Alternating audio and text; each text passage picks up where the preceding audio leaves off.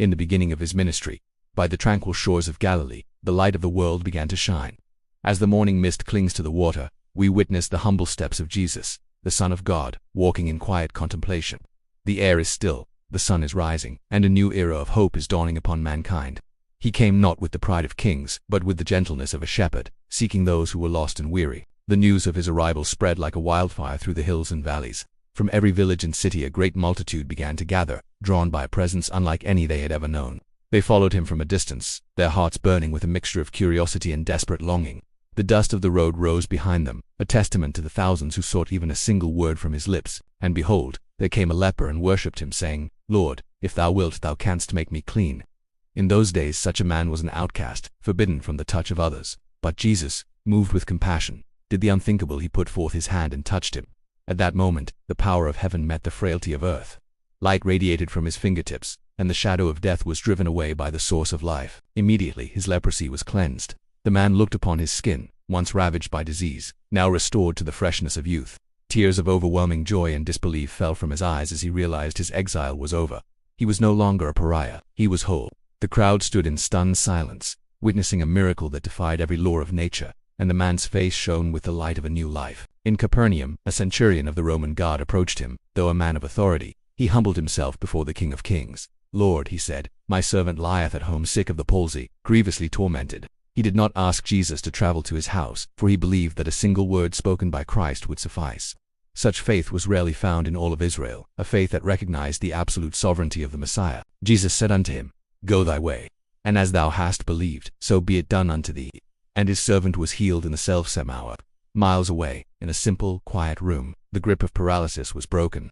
The servant, who had been on the verge of death, sat up with a sudden burst of strength. His breath returned, his limbs moved with ease, and the vibrancy of health returned to his face as the healing word reached its destination. But his power was not limited to the healing of the flesh. Even the winds and the sea obeyed him. On a dark and tempestuous night, a violent storm arose, and the waves beat into the ship. The disciples were filled with terror, fearing the depths would swallow them whole. But Jesus was in the hinder part of the ship, asleep on a pillow.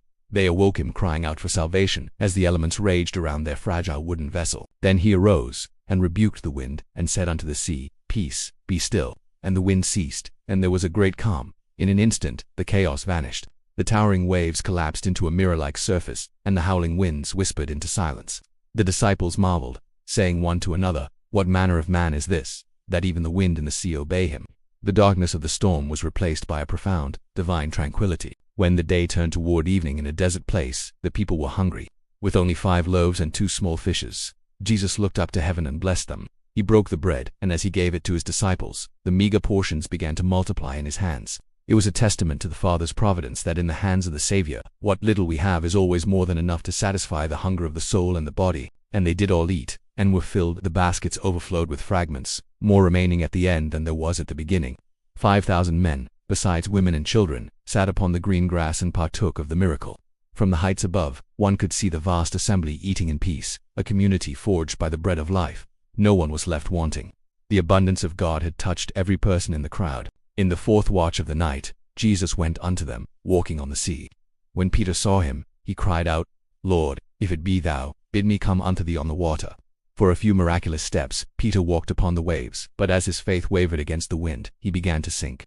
Immediately Jesus stretched forth his hand and caught him, saying, "O thou of little faith, wherefore didst thou doubt?" Even in our sinking moments, his hand is there to pull us from the deep. And as Jesus passed by, he saw a man who was blind from his birth. He spat on the ground, and made clay of the spittle, and he anointed the eyes of the blind man with the clay. "Go, wash in the pool of Siloam," he commanded. The man obeyed, and as the water cleared his eyes, the darkness of a lifetime vanished. For the first time, he saw the colors of the flowers, the brightness of the sun, and the faces of those who stood around him in wonder. In a house crowded with seekers, 4 men brought their paralyzed friend, letting him down through the roof because they could not come nigh for the press. Jesus, seeing their faith, looked upon the man and spoke words that healed both spirit and body. "Son, thy sins be forgiven thee," he said, and then commanded, "Arise, and take up thy bed, and go thy way into thine house."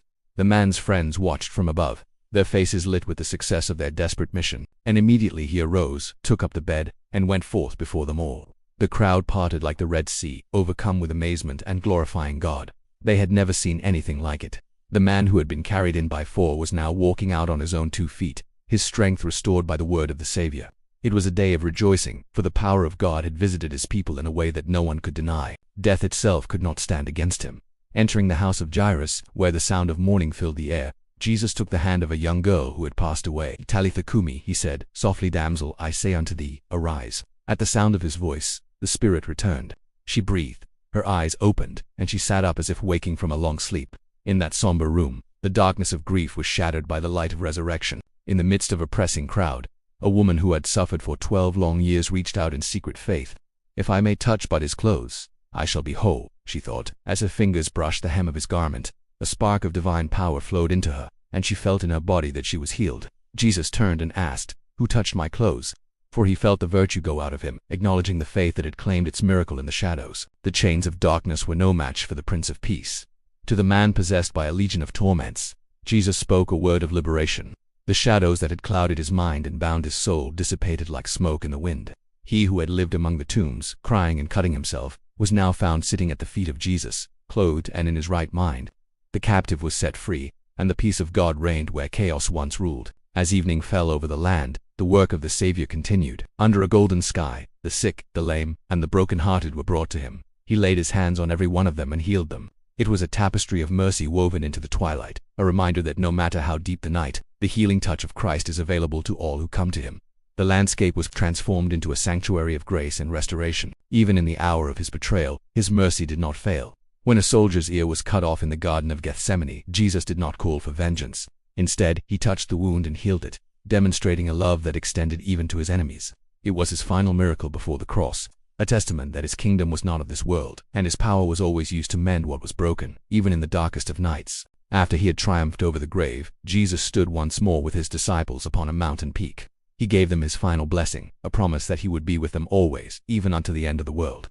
The miracles they had witnessed were but a glimpse of the glory that awaited. His work on earth was accomplished, but his presence would remain through the power of faith, a beacon of light for all generations to follow. And while they beheld, he was taken up, and a cloud received him out of their sight. The sunbeams filled the screen as he ascended to the right hand of the Father. Though he is no longer walking the dusty roads of Galilee, the power of his faith and the memory of his miracles live on.